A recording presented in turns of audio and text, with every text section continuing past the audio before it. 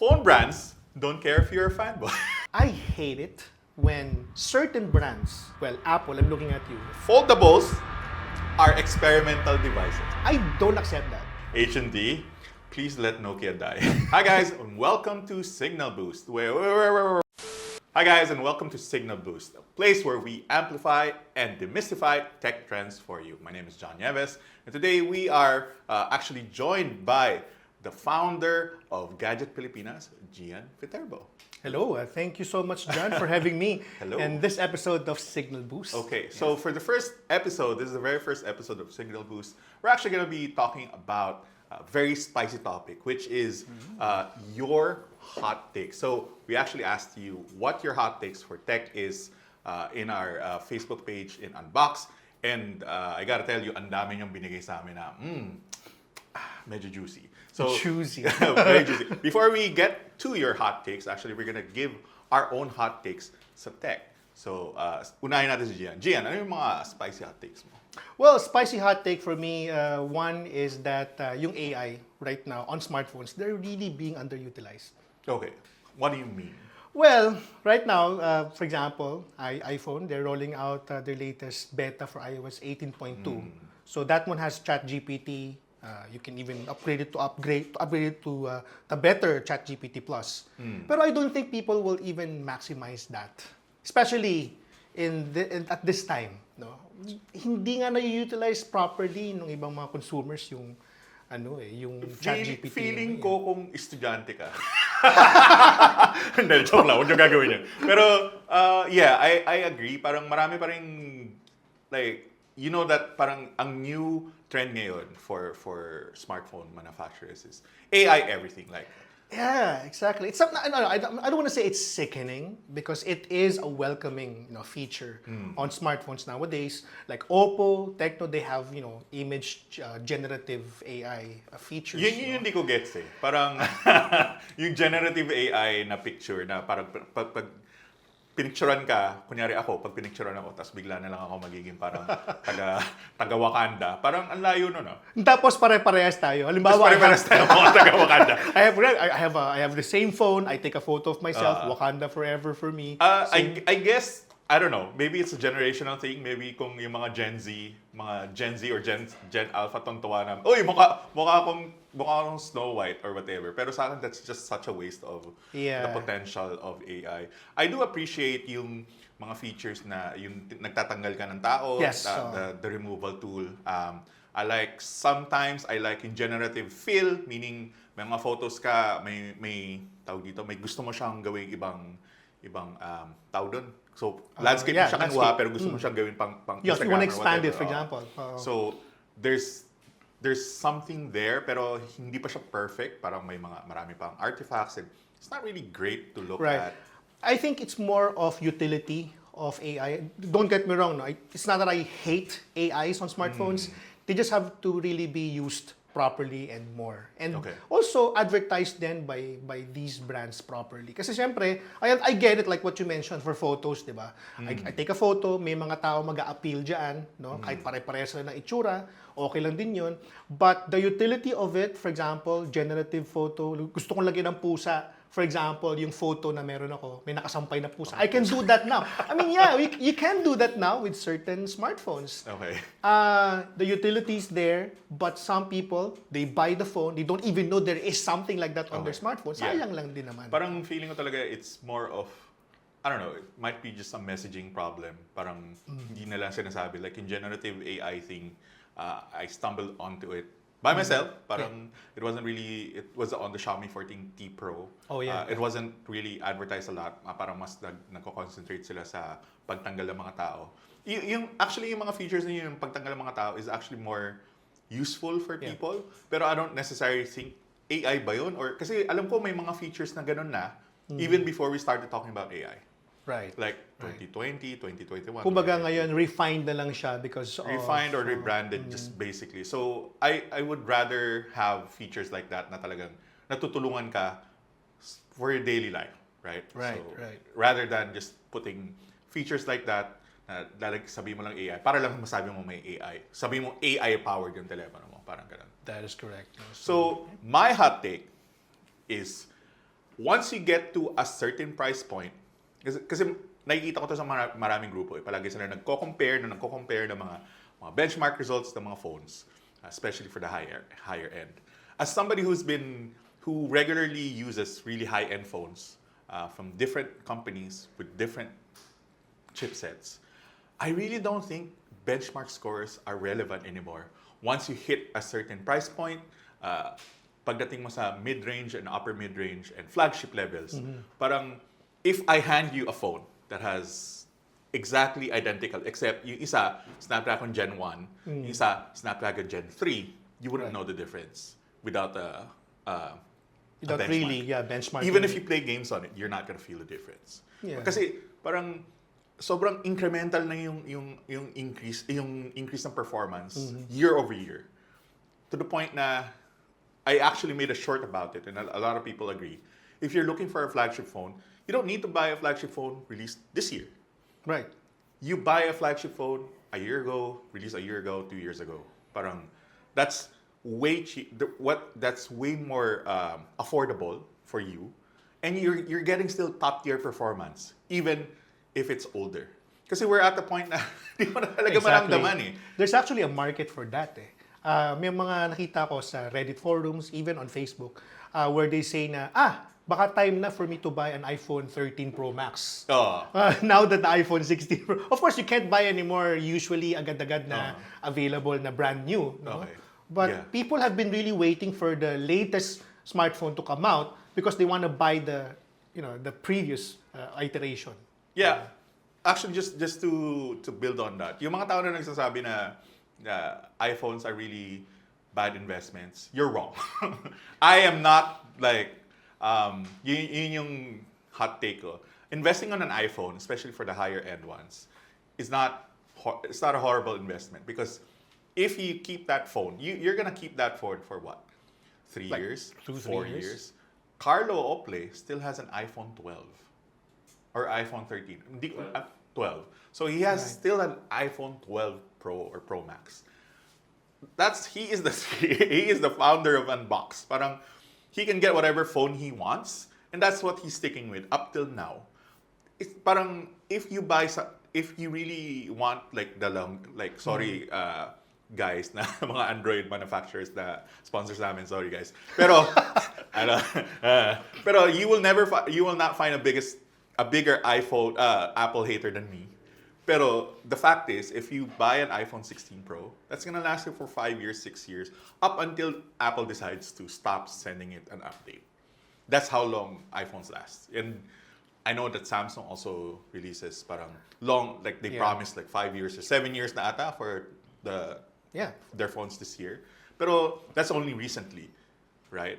So parang honestly, ako nga like my sons, my 2 sons, nag-celebrate yung youngest ko because the phone na gamit, yung iPhone na gamit ng eldest ko, napunta na sa kanya because I recently got a new iPhone 16 Pro Max. So, and that is true, and I agree with that. You get longevity of the device that you're using. You get functions you need, especially on a smartphone, especially on a family. Sometimes it matters kapag may pamilya ka na lahat kayo naka-iMessage. Oh, yeah. I mean, isa pa yun eh. Isa pa yun na malaking bagay na tinitingnan ng ibang mga consumers, not all consumers would understand and know about. Yeah, so... Oh, wait. Alam ko may before people accuse me of glazing Apple. Gian actually has you told me you had a hot take about Apple and their ecosystem. Yes, no. I hate it when certain brands, well, Apple, I'm looking at you, and also even Samsung, no, they sometimes lock their specific devices in their ecosystem. For example, no, let's take in consideration the Samsung Galaxy Watch Ultra. No, I love this watch, no, but sometimes I can't carry my Galaxy S24 Ultra all the time because this one can only be used on that device. I can't use this. I can't sync this to my iPhone. Okay. So sayang because it's such a wonderful device I can use. No, I don't want to buy, for example, a new Apple Watch. I have this. Why would I have to buy a new Galaxy smartphone just to be able to sync this?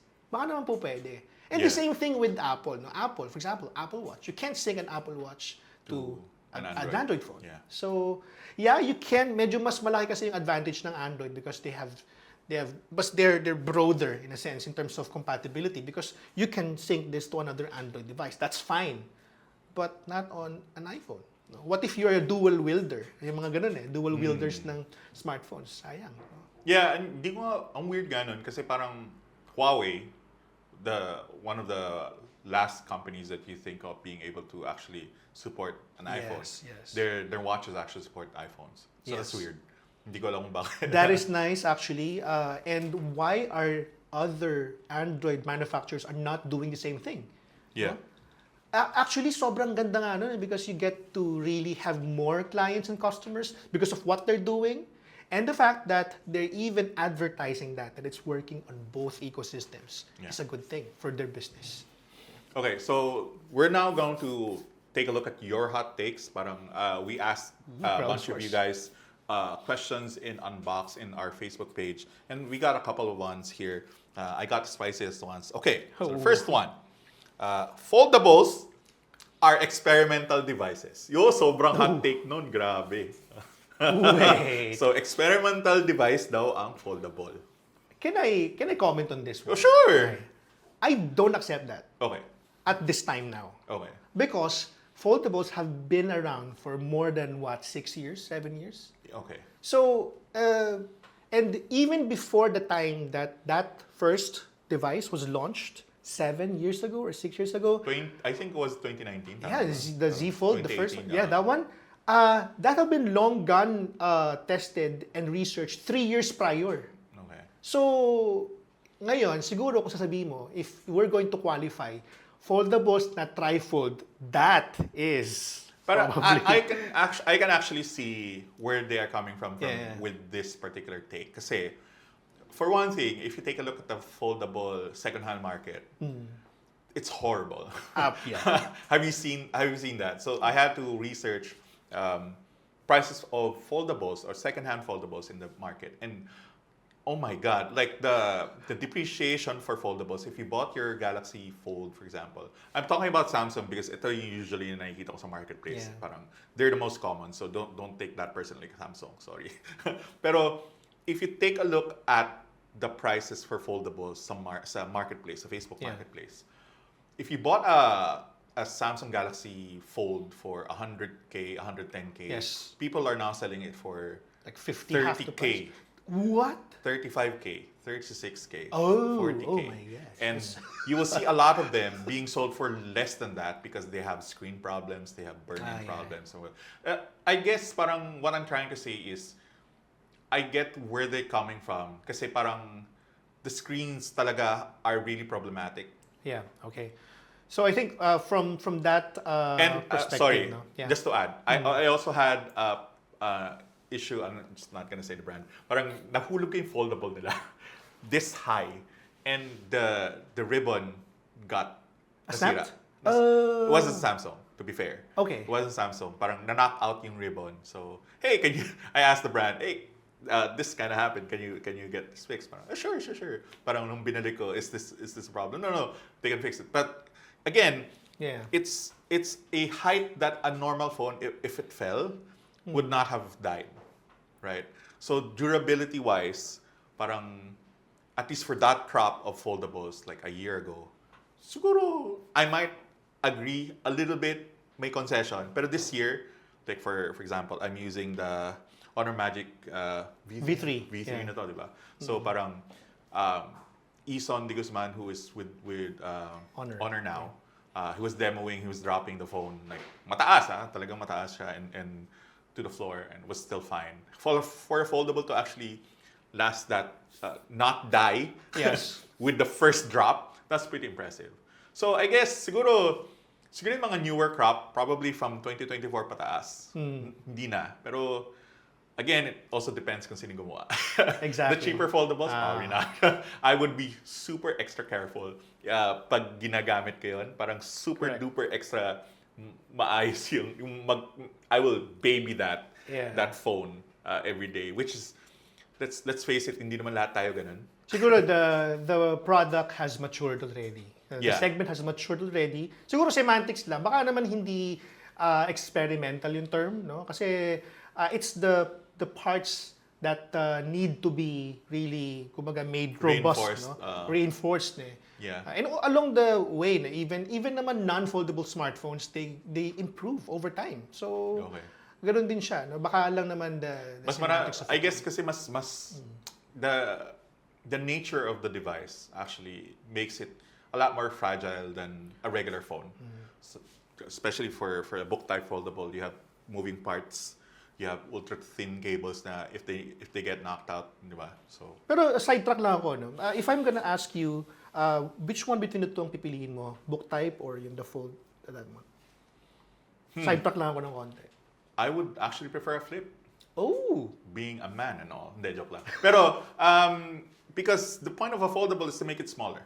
Right. Right? So if I want a tablet size, I'll just buy a tablet. And honestly, like parang sa akin, having a size na kasing laki ng tablet, I don't have a tablet at home. So why Right. would I want a phone that becomes a tablet, right?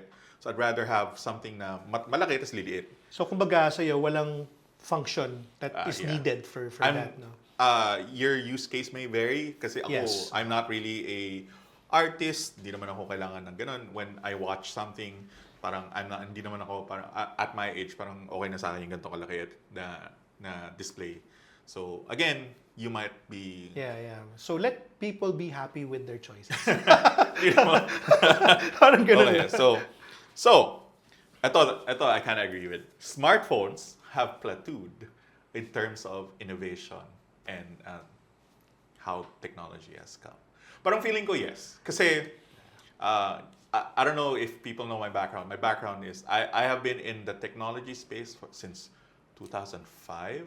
I thought So I'm 2 old. decades. So, shut up. So parang, I'm relatively like in there. Medyo matanda na ako. And I remember a time when everybody was experimenting with so much dumb crap. They were dumb, but they were fun. Alam mo yun, yung mga, I'm specifically talking sa mga tita at sa mga tito. Naalala nyo ba yung lipstick phone ni Nokia? Naalala nyo ba yun? Yung parang lipstick na hindi ka makapag-text ng maayos kasi how the hell do you do that? But it was fun. It was really different. And it like the environment, the technological environment during that time was, and like people did stupid crap na hindi, alam mo yun, they weren't safe. These were dumb ideas, but they were ideas that they were putting on products and on paper. Parang on paper and products, magiging magandang product, magiging product siya. The product wasn't good, but at least they were experimenting. Now, parang what do you see? It's the same triangle with the screen. Parang, And people- it's really boring. Exactly. I mean, what you mentioned earlier, no? People, those were, in a way, kind of stupid things, but people buy them. Oh, yeah. My boss bought it. It's really, my boss was a woman, so parang gets mo naman appeal. And also, there were phones na parang, they weren't, the manufacturers back then, I don't know if this nostalgia or whatever, they weren't afraid to experiment with what they were trying to do. Parang, one thing that I really miss about those times was, like, for example, alam mo yung Android phone na nag-flip out yung screen, yung keyboard gumagano'n. Yeah, I remember that. I like that. Parang yung mga experimentation na ganun. We're seeing the same old crap over and over and over and over again. So there's a little bit of innovation when it comes to the foldables. So I really like that part. Parang yung being able to have a bigger screen, parang yung foldable screen. Pero parang it's just boring now. Yeah, actually, I recently had a video with our team. No, I talked to them about foldables, and just so happened na HMD sent us a Barbie phone. Oh yeah. No? Okay. And to be honest, no, HMD or Nokia back then, no, they're the ones really, doing a lot of innovations. I also have a hot take about HMD. Please go on. So, kumbaga, gone are the days na ganoon sila, no? Pero it was brave for them to really, try to introduce a Barbie phone, no? Na you just really have to go back to basics. and Okay. use the phone. I mean, I don't know if they're gonna use it. There's no social media in that phone, no. Pero still, no, brave for them to do that. Okay, so just to get an H&D, please let Nokia die. just stuff it, like just pull out the plugs on the life support machine. Just say your goodbyes, cry, and just let it die. Because you guys aren't really doing anything with it. Like, sorry, it's my point of contention na parang you got the rights, you got the naming rights, but all the stuff that they're pushing out are just really boring stuff. This is actually coming back to what I was saying. The Nokia that I remember was doing crazy innovative things. Like Yeah. in HMD right now, they're actually pushing out parang just unoriginal, mediocre, run-of-the-mill phones. That's not exciting. That's not what Nokia used to stand for, right? Parang, and if you're gonna do that, just do that with another brand. Just let the brand die. Because if they're not doing that, they're pushing out nostalgia baiting phones. Like Barbie sure. phone. Oh, yeah, the Barbie phone. Like sure, I love the 5110. It was like a huge part of my life, but that part is Yeah. over. like you did something interesting with and Jamie actually saw that with the multiple the multiple camera phone. Oh, yeah. Yung bibigyan ng trypophobia, whatever that word is. Trypophobia, Parang, aside, and then after that they stopped. They didn't make anything, and they just started doing everything. So let Nokia die. Just do something else. It's not working. That's true. I mean, I agree. Oh yeah, I have one more take, no, hot take before we proceed to a few more. Since we mentioned about Barbie earlier, there's some brand collaborations with these smartphone brands. They're actually good for business.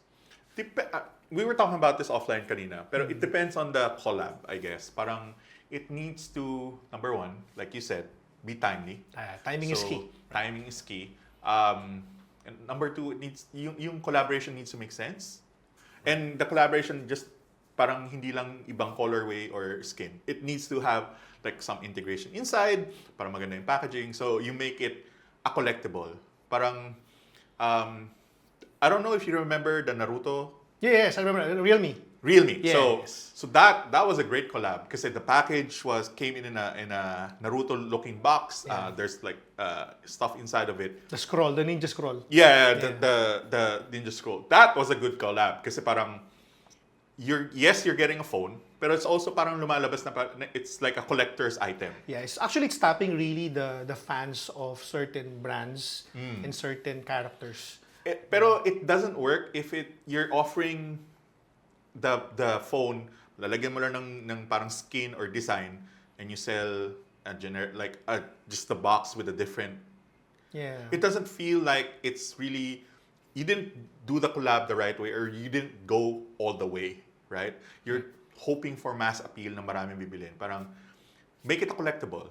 Make it experience. I remember when they did the Naruto, there's even a number, like it's a 7 out of number. Yeah. So just make it a collectible. Parang I get trying to do collabs na parang I guess to try and increase sales, pero yeah. I guess the reason why I said it's good for business, you're right, no? We're both right again in a way where timing is key. It has to appeal to something, to a certain maybe a group of people, a fan base. And also, it depends also on the kind of product you're offering. Like, I mean, yeah, I get it when certain brands collaborated with camera companies. That makes sense. Yeah. But for certain brands like Naruto, Transformers, for example, recently Tecno they have a collaboration now with Transformers. That one's timely because there's Transformer 1. Which kind of bombed in the box office. You mean? Wait, I love that movie. I think honestly, I love that. I think the movie was actually great. It's It really was just great. a bad marketing strat. Bad marketing. It's just people it's like Dungeons and Dragons all over again. Like that. I also like that movie, right? Pero ang pangit na marketing niya, so people didn't know what it was, and it's a whole thing, different thing. Marketing is really key in these products, in these brand collaborations, and if done correctly, it's good for business. Yeah. Okay, so here's another. Ito. IP ratings on cheap phones do not make sense. Oh, I disagree. Okay. Ako rin, I kind of disagree. Yeah. Pero you first. Well, I've had the time with the X7C, Honor X7C. It kind of really made sense for me Okay. because it's, at least in my knowledge, it's one of the most affordable with IP64 rating na smartphone, na budget Okay. smartphone. At that price, Okay. it's good value. I think this is actually more a critique on phones that are supposedly, alam mo yung mga lumalabas ngayon, yung Yeah. bagong meta ang tinatawag nila, the durable meta. The durable meta. The military standard meta ngayon for budget smartphones. This is the A3, tama ba? Or Oh, A6? yeah. The Oppo one. The Sakalam.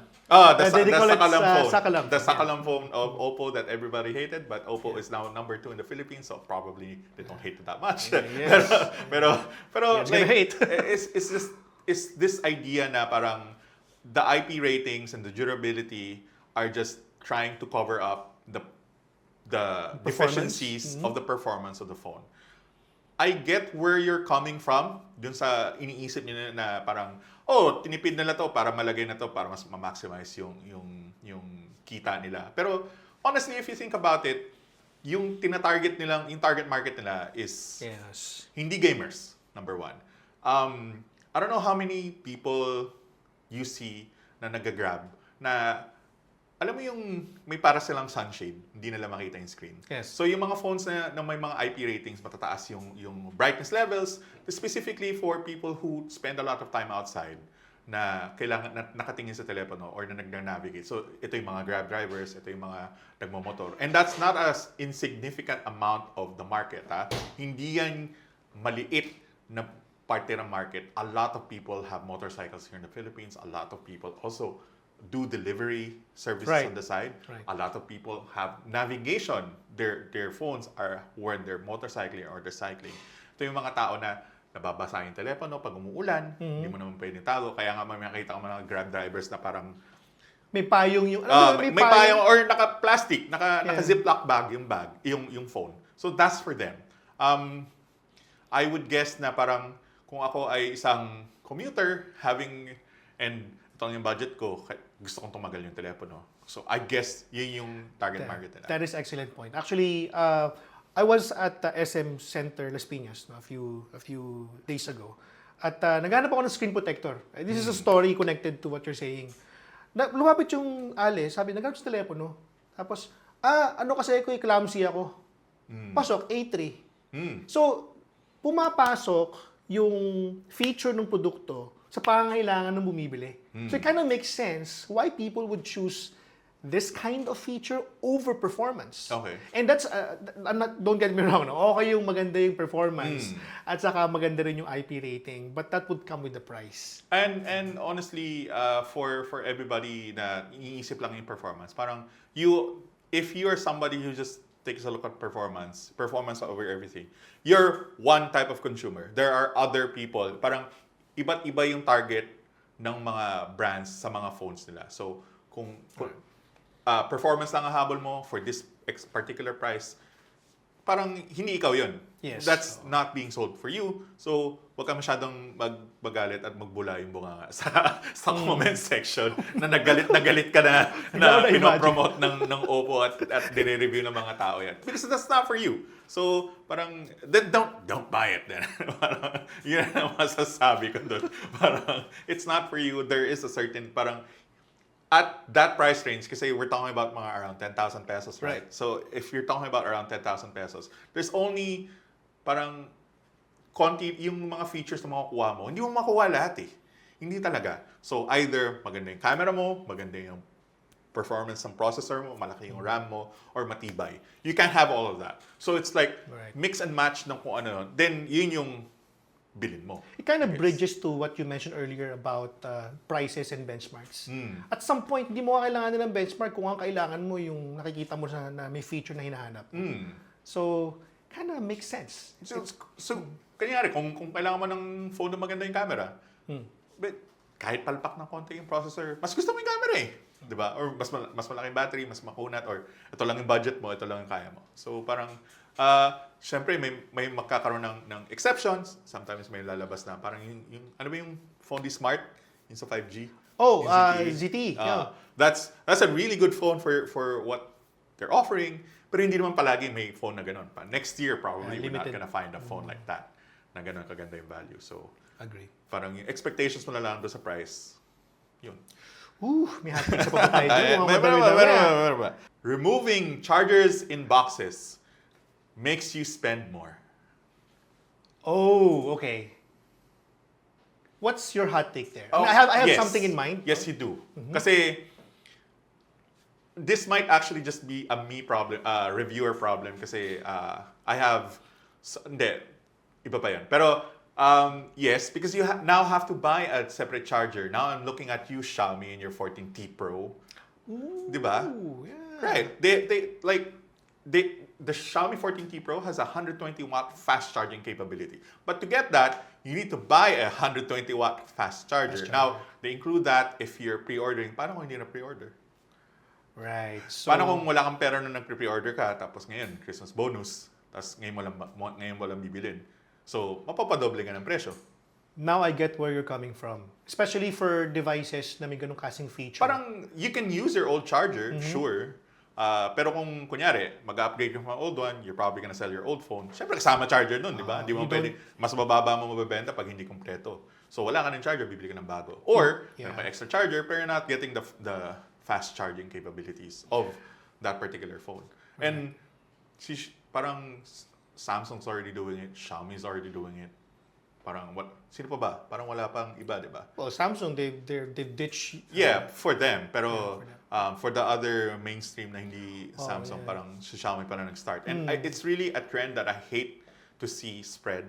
Kasi talagang mapapagastos ka. And relating to that, I really hate that each company has their own fast charging Tech that's not compatible with there needs to be I don't know, feeling ko hindi mangyayari dito yan sa Pilipinas. It's gonna happen probably in Europe where they will enforce a fast charging centralized na ito lang.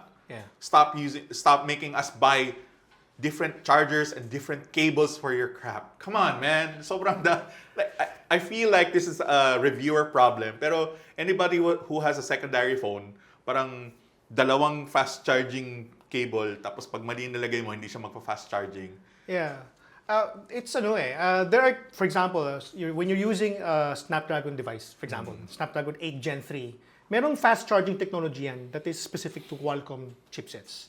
And merong kadalasan na maximum wattage and voltage na pinag-uusapan per chipset. Yeah. So if I'm using, for example, an ROG Phone 8 Pro, and I'm using a Galaxy S24 Ultra, parehas lang technically yung chipset na gamit. So therefore, dapat parehas pareho. lang din. Parehas lang din. Pero, brands would wanna be different. I hate it. I hate it so much. So, final hot take. Wala na. Okay. Nauubusan na natin to. Hindi, actually, meron pa isa. Phone brands don't care if you're a fanboy. Actually, yan. Totoo yan. May mga phone communities, pero alam niyo yung mga nagagalit kayo sa ibang brands, sasabihin, Tekno lang malakas! Tekno lang! Xiaomi number 1! Yeah. They don't care. Parang, again, like, just going back to yung pinag-usapan namin kanina, each phone has their own target market. And parang iba't iba yung mga gusto nilang tina-target ng mga tao. Now, I get it, some brands actually are more affordable than other ones, yes. Especially pero parang everything comes with a trade-off kasi. Parang hindi ko naman sinasabi na pangit yung mga ginagawa nila, pero some of the brands that actually charge higher have different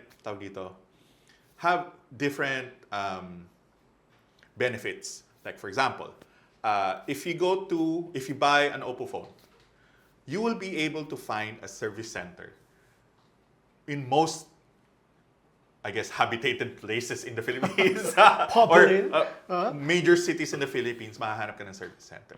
So parang dahil sobrang laki ng dealer network nila, kahit kaasan ka man, basta may major city na merong mall or whatever, mahahanapan mo ng service center, maayos nila yung phone mo, tapos mababalik nila under warranty.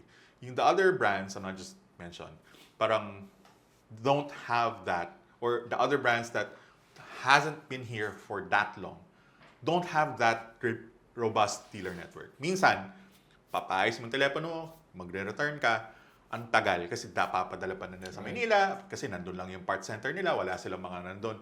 So, there are really parang ways or benefits for other phone brands pag mas mahal. Hindi mo lang siya automatically nakikita kasi iniisip mo, kaya mas mahal yan kasi ito yung endorser nila. 'Di ba? Parang gano'n. Right. I guess, just to maybe qualify what you mentioned about fanboys, no? Brands may not care about fanboys, but most brands, they do care about the community they're trying to build. Yeah. So, there's Huawei, there's Realme, there's Honor. Tecno actually malakas na. Tecno, malakas din. So, I guess, Tecno and Infinix. Actually. that's what they're trying to harp on, no? Yung mga ganong klase. But as a fanboy, na ito lang ay pagtatanggol ko to hanggang sa kamatayon. Parang, it doesn't make sense. Even from a business perspective, parang... Oh, yeah. Like, brands aren't perfect. They do release a phone na... I wouldn't say pangit, pero not great yung pricing. Like, for example, OnePlus. I used to be... Like, a lot of fanboys, OnePlus fanboys, kind of disappeared when the OnePlus 12 was released locally. And it was 20,000 pesos more than... parang... Kind of a letdown. Yeah, you kind of have to... tignan mo lang talaga yung per phone.